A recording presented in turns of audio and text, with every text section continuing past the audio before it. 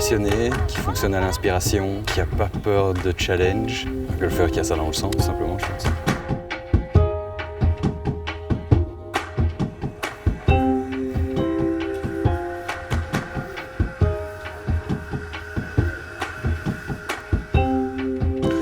Non, vous faites le tour par de l'autre côté, monsieur. On veut pas de français dans notre documentaire belge.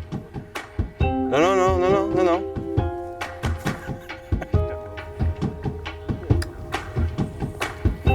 Toi, cette articulation, elle bouge comme ça, quoi. Pas. Ouais, c'est stop. Mon meilleur pote depuis toujours. Jérôme était chez sa grand-mère, à l'appartement juste au-dessus, dessus où moi j'étais à la mer et j'étais dans le jardin en train de jouer au hockey. Et je pense qu'il s'emmerdait en haut et donc il regardait par la fenêtre comme ça ou par le balcon et il vient un peu jouer au hockey dans le jardin et c'est comme ça que ça a commencé. C'est vraiment de la précision et donc voilà, il y a beaucoup de concentration aussi. Hein. On fait beaucoup d'exercices de visualisation. Je me suis pris 2-3 bouillons en début de carrière de coaching avec lui et maintenant j'ai compris. Moi c'est là. Mais celle-là est beaucoup plus cohérente. Chez lui, ça doit être une information valable, rapide et donnée en le moins de mots possible, avec éventuellement une image. Et puis après, il faut le laisser seul. Un peu trop à l'intérieur. Moi j'ai pas l'impression que c'est les mains qui déconnent, c'est ça quoi. Ça devrait être un peu dur. Tu peux tenir plus grand.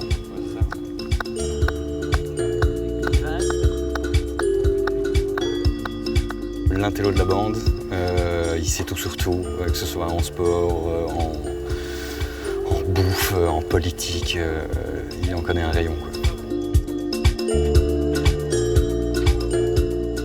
C'est aimer la personne de qui on va s'occuper et puis faire en sorte qu'il puisse se développer le mieux possible. Nicolas est devenu un des joueurs phares et importants du circuit, donc le circuit européen lui demande de les représenter.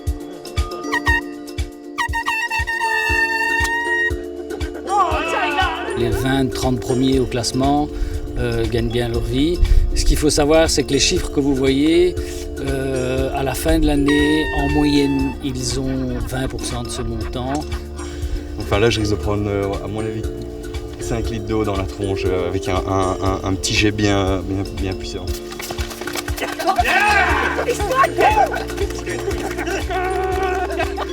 C'est clairement un moyen d'être un peu plus cool à 48 heures avant le départ.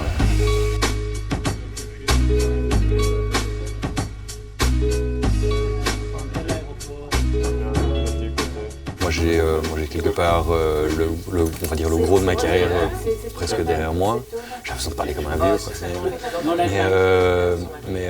Mais ouais, ça tire un petit peu par le haut parce qu'on est compétitif et qu'on a ça dans le sang.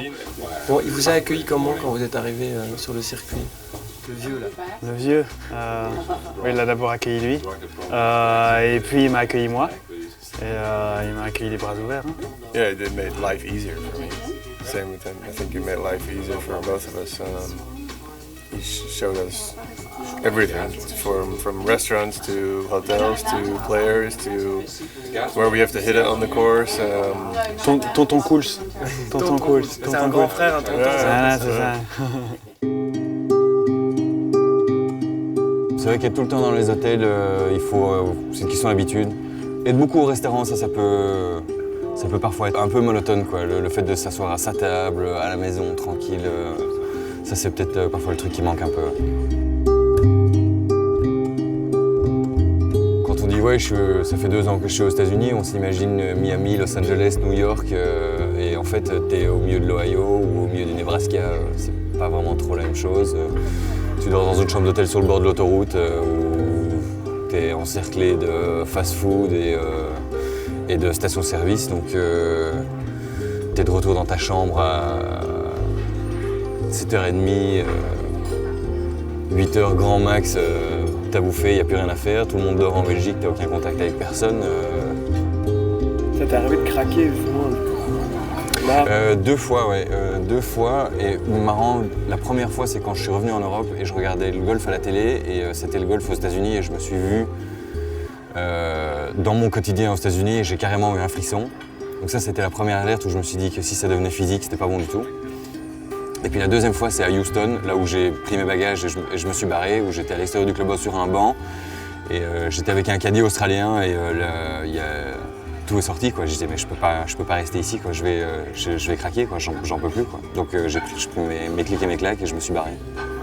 Nicolas, et quand tu t'ennuies vraiment dans les chambres d'hôtel, tu fais chaque fois ça? Ah ouais, ok, ouais, la fameuse vidéo. Chaque fois non. En fait c'est un vieux fantasme de golfeur, ça. Depuis qu'on est gamin, ça c'est un truc, quand tu voyages et t'es dans les chambres d'hôtel, il y a toujours un moment où tu t'emmerdes un peu.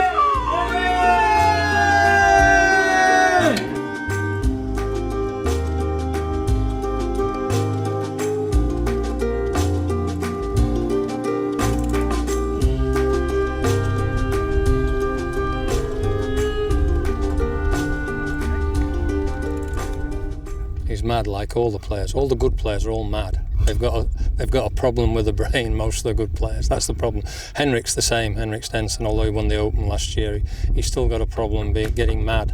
And all the players, really good players, do get mad with themselves. So today I've been spending a lot of time with Nicholas trying to calm his brain down, really, because he's got the talent.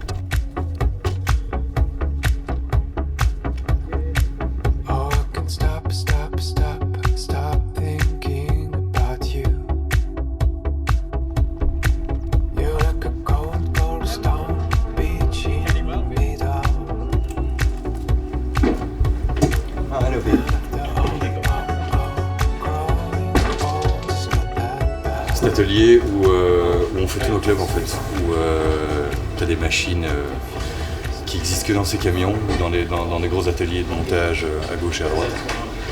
Un peu comme dans un camion de F1, quoi. Donc tu as des trucs qui mesurent, qui machin, couper, grinder, gratter.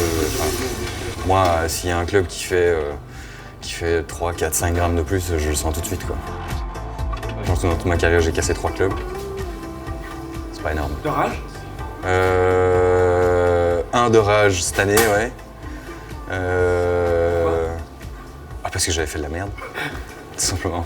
Donc il y a un moment, parfois c'est un peu... ça explose, quoi. Il faut que ça sorte, quoi.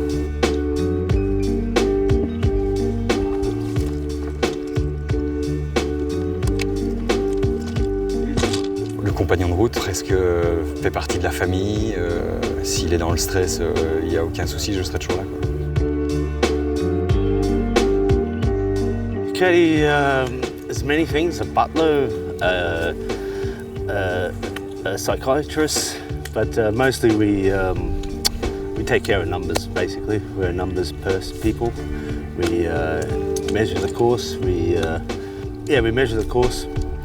So the main thing is we got to know the distances. So we know how far it is to the pin, how far to the front edge, how far to bunkers, and then we talk to our boss about which club we hit. And the best memory with Nicolas? Medina, Ryder Cup for sure. Beating Tiger Woods. You just got goosebumps thinking about it, you know.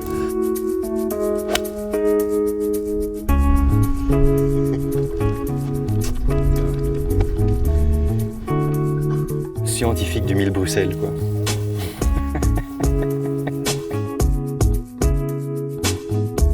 Une des complexités du coaching en sport individuel, c'est de surfer sur cette ligne, cette frontière fragile entre réprimande et encouragement.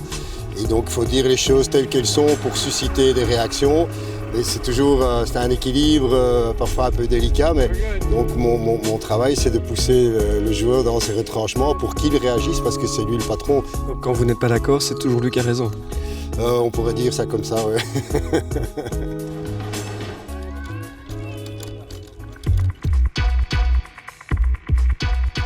Il y a un petit peu plus de stress. De là à avoir la boule au ventre un jeudi matin, c'est compliqué, quoi. La boule au ventre, tu l'as plutôt quand tu arrives sur les quelques derniers trous un dimanche, si tu es en position de gagner.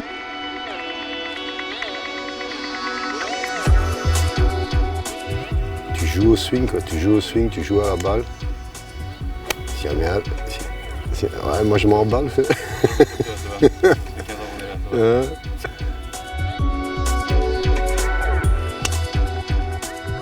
Nous, on fait un truc où tous les coups comptent, ça dure 4 jours. Voilà, en moyenne, tu tapes, on va dire, 280 fois sur la balle pendant 4 jours. Donc, voilà, la différence entre 280 et 276, parfois, peut faire une grosse différence à la fin de la semaine, quoi. Donc, c'est vraiment un truc qui se joue au détail, quoi.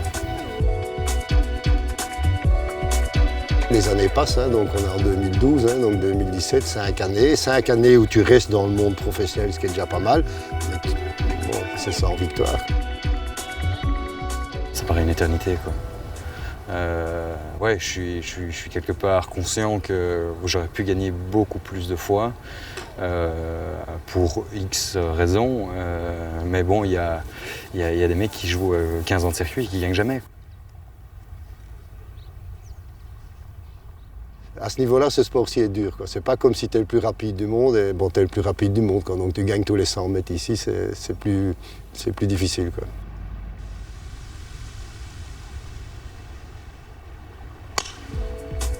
C'est vraiment on et off tout le temps, quoi. C'est impossible de rester concentré, d'être à 100% concentré sur les 4h30 ou les 5 heures qu'on va rester sur le parcours, parce que sinon il faut que tu tapes la tête contre les murs.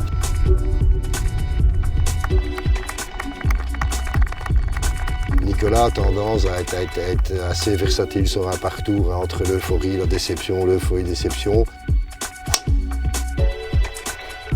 Nous, on va devoir partir. Tu penses que ça va se terminer comment pour toi, ce tournoi? Je sais pas, j'espère bien, mais bon, ce serait plutôt chiant pour votre reportage, quoi, que ça se passe mieux maintenant que vous avez parti, quoi.